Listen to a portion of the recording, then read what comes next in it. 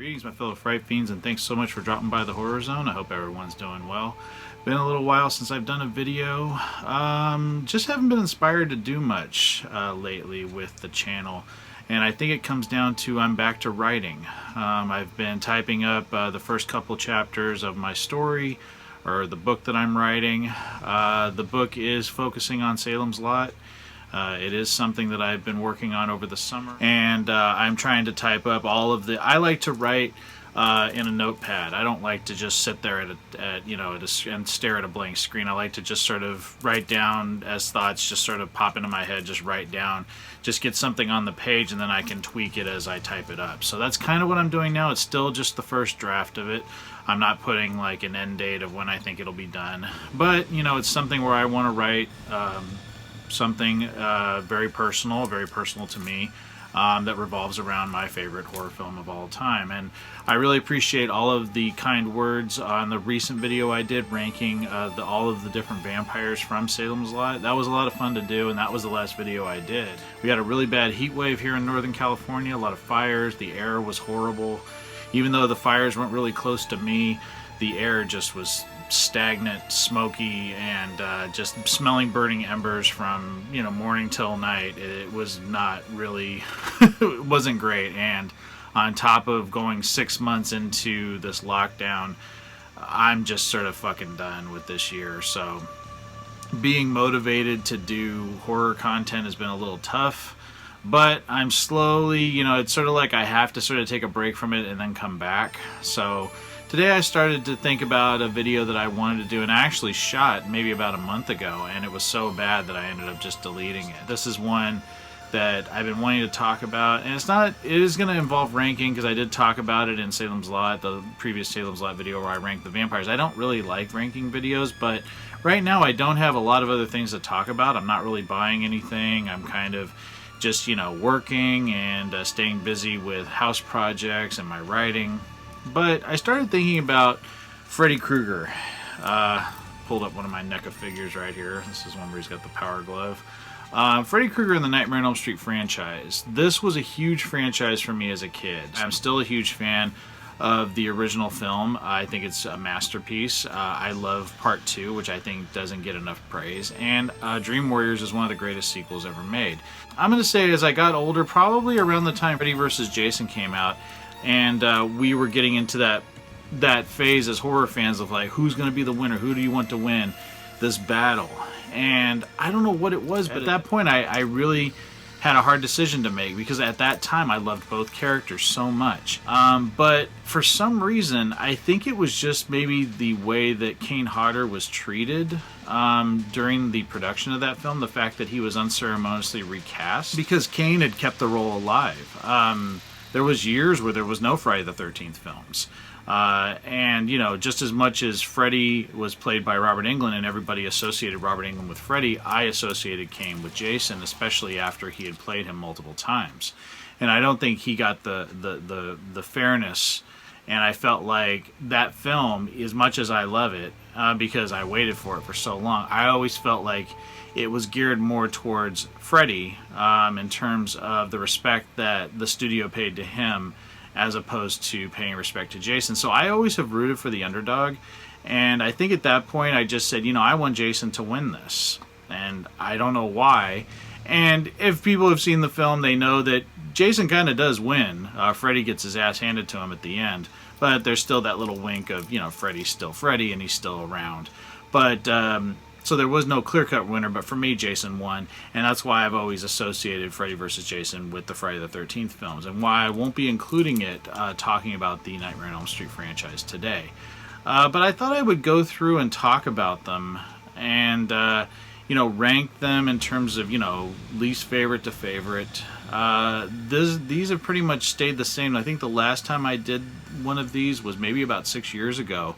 A friend of mine, I believe his name was Michael Voorhees, asked me to rank the Nightmare on Elm Street and the Friday the 13th films, and I did it, and it's a shitty video, but yeah, I was happy to do it then, and I really haven't done it since. I've talked about the character and possible continuation of the Nightmare on Elm Street franchise. I absolutely love Robert Englund, and I love the character of Freddy. I had the honor of meeting Robert Englund 5 years ago.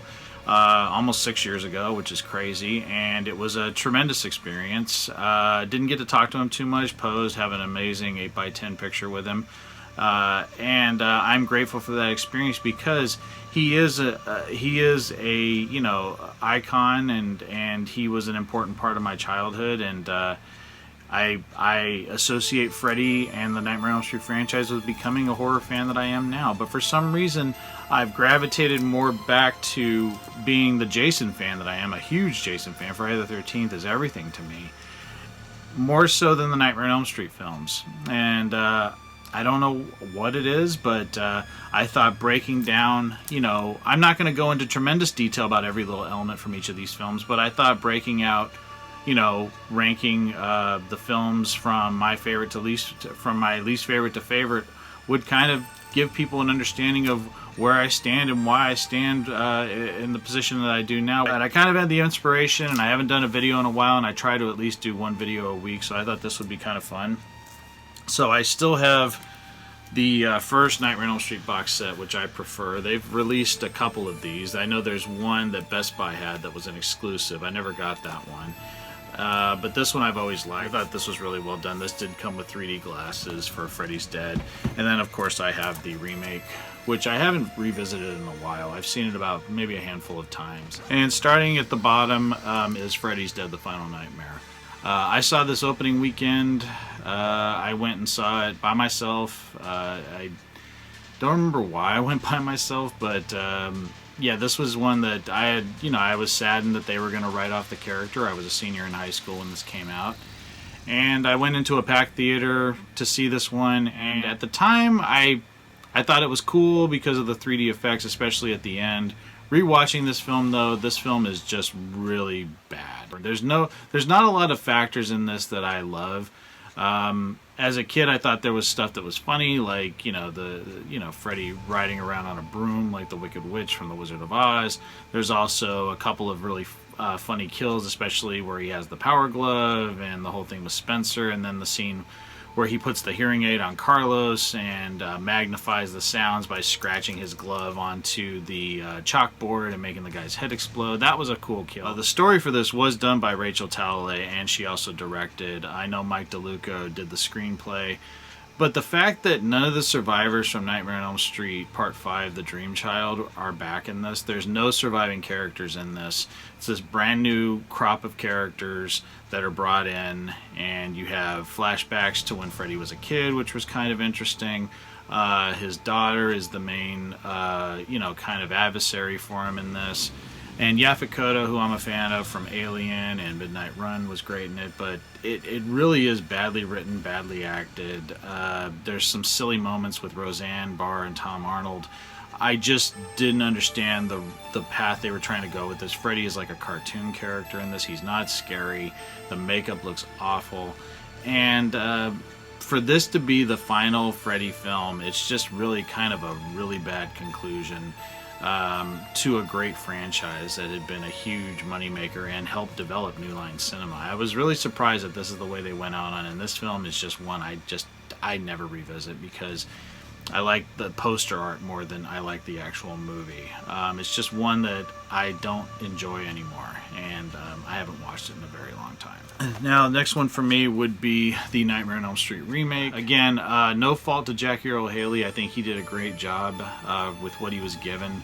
My biggest problem with this movie is that they didn't try to make this film any more than just a carbon copy of the original, right down to some of the iconic images from Wes Craven's masterpiece, like the bathtub scene, the scene where Freddy comes out of the wall after Nancy, but it looks so cartoonish in this because they went with CGI. Like I said, Jackie Earle Haley does a good job, but he looks like Robert Englund. He just looks like a shorter, thinner version of Robert Englund. He's wearing the same costume. I know they tweaked the glove a little bit, but he doesn't really bring anything to the... There's nothing menacing about him. I thought that the cast in this they're forgettable. There's nobody in this cast. Even you have Rooney Mara, who's an Academy Award nominated actress. She is just so sleepwalking through this role as Nancy, the main protagonist in this, and she's so like bland. There's nothing interesting about her. Thomas Dekker, who I think is a good actor, is not good in this. Kyle Gallner, he's okay in it. You had Clancy Brown in this, and he's barely used. He could have been utilized so amazingly. Katie Cassidy is the only one that I thought did a serviceable job. I liked her character. She's playing the Tina role from the original, kind of, but again, it just goes through the motions, and you know what's going to happen. They changed a few things. They brought the pedophile element out a lot more. They brought the pedophile element out.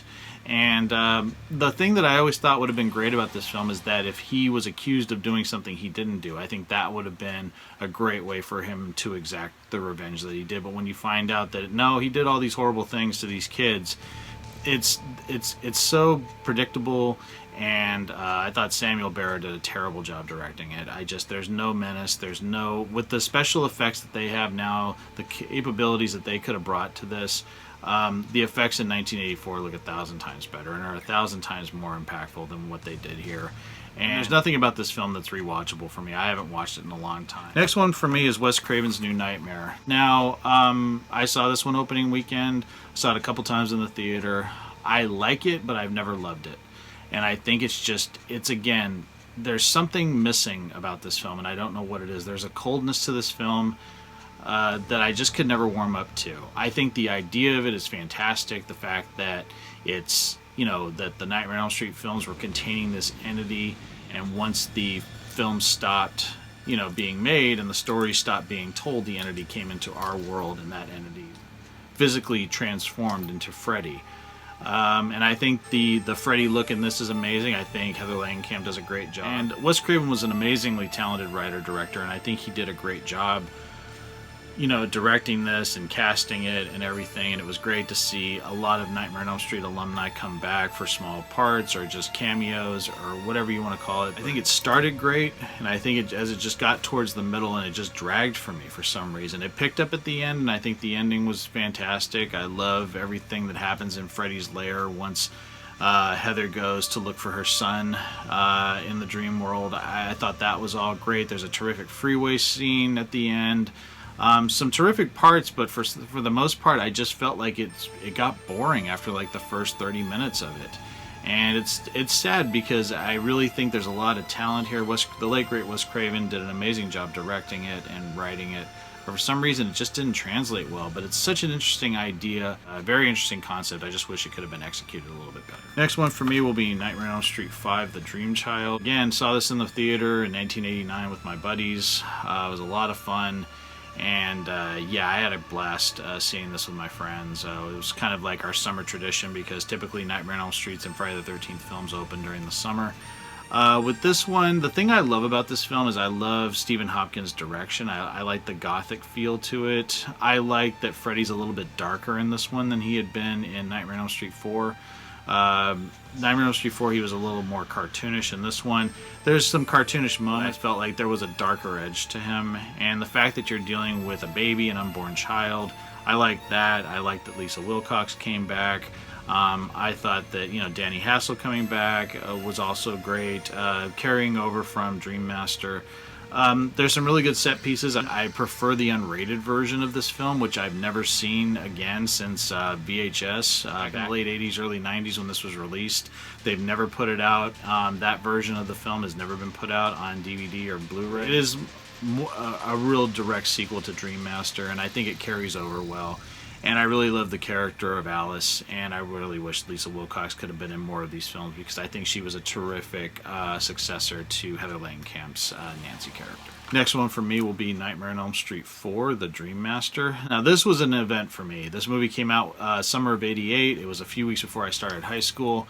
I was 14, and seeing this in a packed theater with my friends was a blast. And I still love this film quite a bit. I think Rennie Harlan did a terrific job directing it. This is where Freddy really went into more of that mainstream kind of humor, less scary, even though there's horror moments in this. I feel like this is when, if you listen to Rennie Harlan's interviews, he said that, Freddy Krueger is the star, and that's apparent right as this film begins because they kill off the remaining characters from Dream Warriors.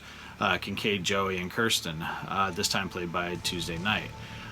And I always had a problem with that, even as a kid. Kincaid was one of my favorite characters from Dream Warriors. I love Ken Sagos. I hope I get an opportunity to meet him. And I was very pissed that they killed off the characters that I had come to care about at the end of Dream Warriors, like 20 minutes into this film.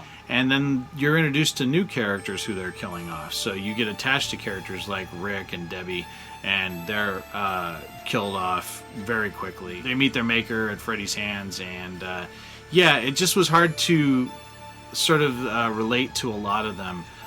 The only two that I really thought were standouts in this film are Rick and Alice, and I think it's because they're brother and sister. They have an alcoholic father.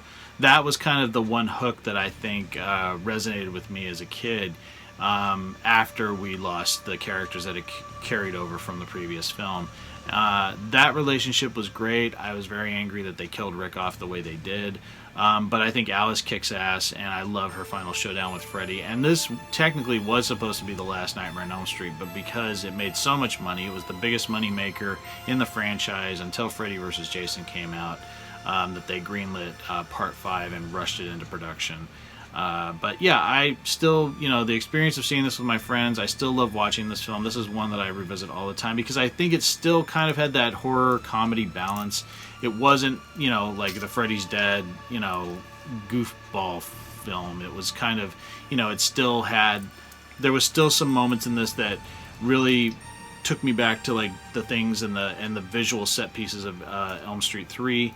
But this again, this brought the comedic Freddy to the forefront, and I think a lot of it had to do with Rennie Harlan making him the star of the film. Number 3 for me is going to be A Nightmare on Elm Street Part 2, Freddys Revenge. A film that I've always loved. I loved it back in the 80s. Again, it's been called the gayest horror film ever made. And of course, Mark Patton, who played Jesse Walsh in this, he has a documentary right now called Scream Queen, My Nightmare on Elm Street, which deals with making this film and the effects of it after on his life. And I met Mark Patton. He signed this. I also met Kim Myers. They both signed this disc. I think Kim Myers is right there. And then Mark signed the DVD as well. So it was an honor meeting him.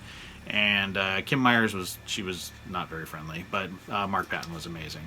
But yeah, this film has always terrified me. And as a kid watching it, again, I was very young. I didn't understand, I didn't look at it, with the homoerotic undertones. I just didn't see that as a kid. I just saw a scary movie with a man in the lead instead of a woman that had been in the lead in the original. But I still, I think that everybody in this is great. I love Robert Russler. I think Grady is one of my favorite characters, and I like the relationships in this. And I think Freddy is absolutely terrifying in this. I think this is one of the scariest incarnations of Freddy. Robert Englund was given, they changed his makeup up. I know they gave him a different nose. His eyes were different. I love the skin glove that he has, where it's like, after he rips out of Jesse, where he's fully possessed him, the glove is almost like, it's just like the blades are coming out of his hand instead of the actual glove, and I always thought that was a really cool look. I have a blast watching this film. I love watching Nightmare on Elm Street 2. I love the opening on the bus.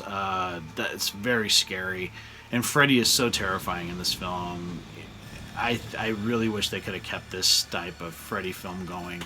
But again, the more popular he got, the more mainstream he got. But yeah, big fan of this film, always have been. Love Nightmare on Elm Street 2. Next one for me is going to be Nightmare on Elm Street 3 Dream Warriors.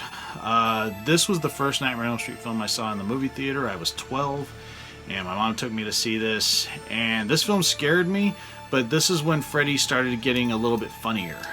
There was only a few moments in this, like the television set scene where he says, welcome to prime time, bitch. But again, that scene is very scary if you watch it. Balancing the humor and also still keeping Freddy dark and scary. And I love all of the different Dream Warriors. I love Taryn. I love Kincaid, Joey, Philip. Everybody was so good in this. And the fact that Craig Wasson was in it, who I was a huge fan of from movies like Ghost Story. And then also the beautiful Heather Langenkamp, who I had the honor of meeting about 6 years ago now. It's crazy, but she came back as Nancy. Patricia Arquette also being in. This was the first thing I ever saw her in. I think this was her first movie.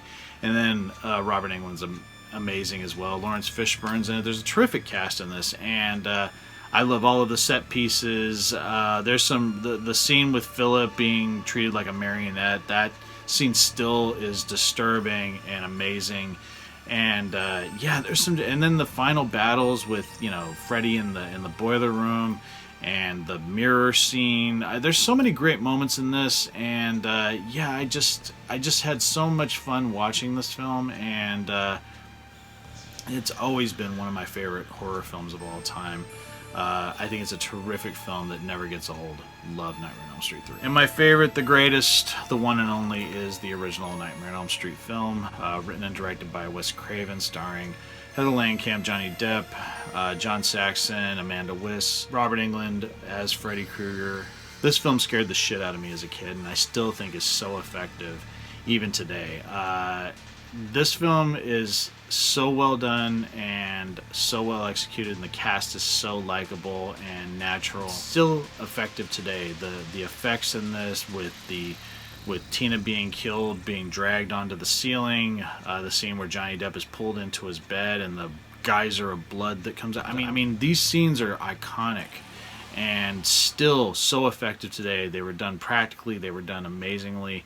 Having gone to the location of the original Nightmare on Elm Street house last year, standing in front of 1428, you know, it was so much fun, and being able to stand in front of that iconic house was one of the greatest experiences of my travels to Los Angeles last year. And yeah, I absolutely love this film. It never gets old. It's still terrifying. Nothing will replace it, in my opinion. It's an amazing, amazing film. And one last thing I want to say is paying tribute to the late, great John Saxon, who, of course, played Lieutenant Thompson in Nightmare on Elm Street 1, 3, and then also came back to play himself in Wes Craven's New Nightmare.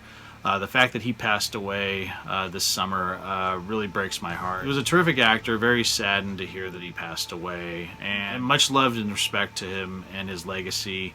Best to his family and friends. I wanted to do a bigger tribute to him, but I felt like, since I'm talking about this franchise that introduced me to John Saxon, it was only fitting to pay a little respect to him as I close out this video. So, like I said, you know, I still love Freddy.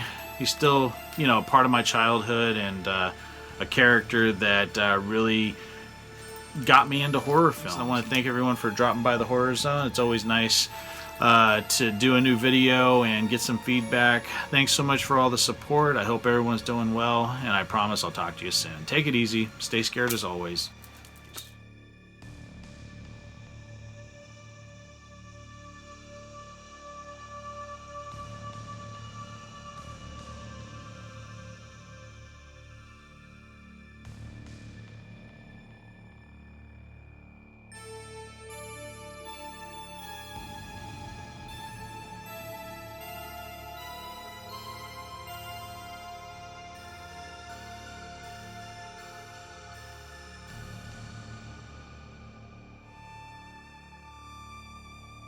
I want to thank everyone for taking this time to drop by the Horror Zone. It really means a lot to me that people are supporting what I do here. If you like this video, please hit the subscribe button down below. I upload videos at least once or twice a week. It would really mean a lot if people would spread the word about this channel. This is a passion of mine. I love the horror genre, and I'm really happy to share my love of it with all of you. So thanks so much again for checking it out, and I'll talk to you guys later. Take it easy.